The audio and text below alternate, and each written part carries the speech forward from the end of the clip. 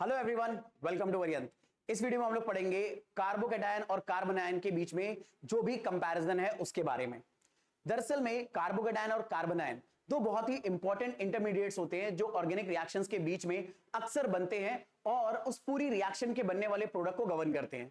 इनके बीच में कंपैरिजन आपको अच्छे से पता होना चाहिए, ये कैसे बनते हैं, इनके अलग अलग कंपैरिजन में स्टेबिलिटी कैसी आती है, उसके बारे में जानना बहुत ज्यादा जरूरी होता है रिएक्शंस को अच्छे से अंडरस्टैंड करने में, क्योंकि इसी पर बेस्ड क्वेश्चन आपसे आपके एग्जाम में बिल्कुल स्ट्रेट फॉरवर्ड पूछे जाते हैं। तो सीधे बात करते हैं कार्बोकैटायन और कार्बन आयन के कंपैरिजन के बारे में। सबसे पहले कार्बोकैटायन के बारे में यही हम अंडरस्टैंड कर सकते हैं कि दरअसल में एक ऐसा आयन होता है जिसमें एक पॉजिटिवली चार्ज कार्बन एटम होता है। दरअसल में कार्बन एटम पर पॉजिटिव चार्ज होने की वजह से ही इसे कार्बोकैटायन बुलाया जाता है। कार्बन आयन के बारे में वहीं उसके बारे में अगर बात करें तो ये एक ऐसा आयन होगा जिसमें कार्बन एटम के ऊपर नेगेटिव चार्ज होगा। इंपॉर्टेंट बात ये याद रखने वाली है, कार्बोकैटायन में कार्बन के ऊपर ही पॉजिटिव चार्ज होना चाहिए और कार्बन आयन में कार्बन के ऊपर ही नेगेटिव चार्ज होना चाहिए। सेकेंड पॉइंट ऑफ डिफरेंस के बारे में अगर बात करें तो क्योंकि कार्बन पर पॉजिटिव चार्ज होता है इस वजह से उसका हाइब्रिडाइजेशन sp2 होता है और sp2 हाइब्रिडाइजेशन होने की वजह से उसकी जो ज्योमेट्री आती है वो इस तरह से ट्रायंगुलर प्लेनर ज्योमेट्री आती है। अगर देखो कार्बोकैटायन में एक कार्बन पर पॉजिटिव चार्ज है तो वो कार्बन अब 3 बॉन्ड बनाएगा, 3 सिग्मा बॉन्ड बनाने की वजह से उसके ऊपर हाइब्रिडेशन sp2 आएगा और उसकी जो मॉलिक्यूलर ज्योमेट्री है वो इस तरह से ट्रायंगुलर प्लेनर हो जाएगी। कार्बन एटम से बाकी जितने भी ग्रुप जुड़े हैं वो ट्रायंगल प्लेन में अरेंज होते हैं। अब आप उसे हॉरिजॉन्टल रखोगे तो आपको ट्रायंगुलर प्लेनर ज्योमेट्री कुछ ऐसी दिखेगी और अगर वर्टिकल रखोगे तो कुछ इस तरह से दिखेगी। तो ये एक इंपॉर्टेंट बात कार्बोकैटायन के बारे में आपको रखनी है याद। दूसरा, कार्बन आयन में अगर बात करें तो ये sp3 हाइब्रिडाइज्ड होता है, यानी नॉर्मल इसकी टेट्राहेड्रल ज्योमेट्री रहती है, लेकिन क्योंकि कार्बन आयन में जो नेगेटिव चार्ज है वो एज लोन पेयर काउंट होता है तो ज्योमेट्री में उसको हम लोग शेप में काउंट नहीं करेंगे, तो शेप आएगी ट्रायंगुलर प्लेनर, बिल्कुल वैसे ही जैसे अमोनिया की आती है।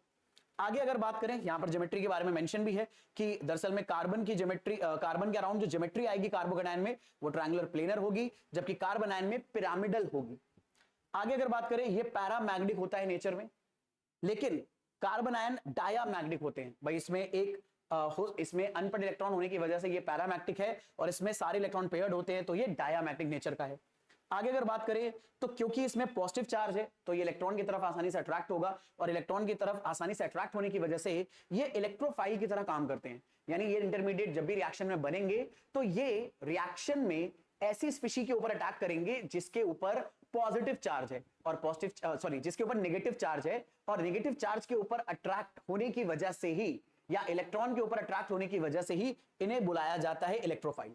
लेकिन उसी का उल्टा दरअसल में कार्बन आयन जो होते हैं ये न्यूक्लियोफाइल होते हैं, मतलब न्यूक्लियस लविंग होते हैं, क्योंकि इनके पास खुद नेगेटिव चार्ज है तो ये न्यूक्लियस यानी पॉजिटिव चार्ज की तरफ अट्रैक्ट होता है। तो ये कार्बन आयन अगर रिएक्शन में कभी भी बनता है तो ये रिएक्शन में ऐसी चीजों के ऊपर अटैक करता है जो खुद इलेक्ट्रॉन डेफिशिएंट होती हैं। तो अगर कोई चीज इलेक्ट्रॉन डेफिशिएंट है तो वो इलेक्ट्रॉन को अपनी तरफ अट्रैक्ट करेगी और जो न्यूक्लियोफाइल्स हैं वो इलेक्ट्रॉन रिच होने की वजह से आसानी से इसकी तरफ अट्रैक्ट हो जाते हैं और इसीलिए ये न्यूक्लियोफाइल की तरह बिहेव करते हैं। आगे अगर इनकी ऑर्डर ऑफ स्टेबिलिटी के बारे में बात करी जाए, जिसके ऊपर एक्चुअल में नीट में क्वेश्चन आया भी है, तो 3 डिग्री जो कार्बोकैटायन होते हैं वो सबसे ज्यादा स्टेबल होते हैं, 2 डिग्री उससे कम होंगे और 1 डिग्री उससे भी कम स्टेबल कार्बोकैटायन होंगे। अब ये 3 डिग्री कार्बोकैटायन क्या होते हैं अगर इनके बारे में बात करी जाए तो अगर कार्बन के ऊपर पॉजिटिव चार्ज है और ये कार्बन 3 कार्बन से डायरेक्टली बॉन्डेड है तो ये 3 डिग्री कार्बोकैटायन माना जाएगा। उसी का उल्टा अगर कार्बन पे जिसके ऊपर पॉजिटिव चार्ज है अगर वो डायरेक्टली 2 कार्बन से बॉन्डेड है तो इसे 2 डिग्री कार्बोकैटायन मानेंगे। सिमिलरली 1 डिग्री में जिस कार्बन पे पॉजिटिव चार्ज है वो बस एक ही कार्बन पे बॉन्डेड होगा। यहां पर आपको और भी स्टेबिलिटी अलग अलग दे रखी है। ये जो पीएच लिखा है ये फेनिल ग्रुप है, तो देखो 3 फेनिल ग्रुप अगर कार्बन से बॉन्डेड है तो ये 3 डिग्री का कार्बोकैटायन हो गया, तो ये बहुत ज्यादा स्टेबल है। यहां पर 2 फेनिल ग्रुप बॉन्डेड है तो ये 2 डिग्री का कार्बोकैटायन है, ये उससे कम स्टेबल है। यहां पर एक फेनिल ग्रुप है वो इस कार्बन से बॉन्डेड है तो ये उससे भी कम स्टेबल है। पर फेनिल ग्रुप के बारे में आपको एक बात और पता होनी चाहिए, अगर फेनिल ग्रुप यानी बेसिकली में बेंजीन ग्रुप कार्बोकैटायन के कार्बन से बॉन्डेड है तो ये कार्बोकैटायन बेंजीन रिंग के साथ रेजोनेंस करने पर भी स्टेबलाइज होता है। यानी यहां पर याद रखना, अगर फेनिल ग्रुप सीधे कार्बोकैटायन के कार्बन पर प्रेजेंट है तो डिग्री से ज्यादा मायने ये बात रखेगी कि ये रेजोनेंस से स्टेबलाइज हो रहा है, पर क्योंकि यहां पर 3 फेनिल है तो 3 जगह से रेजोनेंस मिलेगा तो ये सबसे ज्यादा स्टेबल हो गया। यहां दो जगह से रेजोनेंस मिलेगा, यहां एक जगह से, और इसके बाद मेथिल ग्रुप अगर हमने कार्बन के अगल बगल लगा दिया, यानी ये मानो ये सारे कार्बन मेथिल ग्रुप हैं, तो मेथिल ग्रुप रेजोनेंस प्रोवाइड नहीं कर सकते। सिर्फ ये 3 डिग्री कार्बोकैटायन होने की वजह से plus I effect hyper conjugation की वजह से ये स्टेबलाइज होगा। तो याद रखना, जो मेथिल ग्रुप वाला 3 डिग्री कार्बोकैटायन होता है वो इस कार्बोकैटायन से, जिसमें कार्बन पर पॉजिटिव चार्ज है, उसके बगल में बेंजीन रिंग है, उस कार्बोकैटायन से भी कम स्टेबल होता है। रीजन, ये कार्बोकैटायन भले चाहे 1 डिग्री है लेकिन रेजोनेंस के थ्रू स्टेबलाइज है, और रेजोनेंस का स्टेबलाइजेशन 3 डिग्री से भी ज्यादा प्रोमिनेंट होता है। बाकी तो कहानी आगे फिर वही है, 2 डिग्री नॉर्मल अगर है तो वो 3 डिग्री वाले से कम स्टेबल है, और 1 डिग्री वाला सबसे कम स्टेबल है। लेकिन उसी का उल्टा अगर हम लोग कार्बन आयन की स्टेबिलिटी के बारे में बात करें तो यहां पर ऑर्डर चेंज हो जाता है।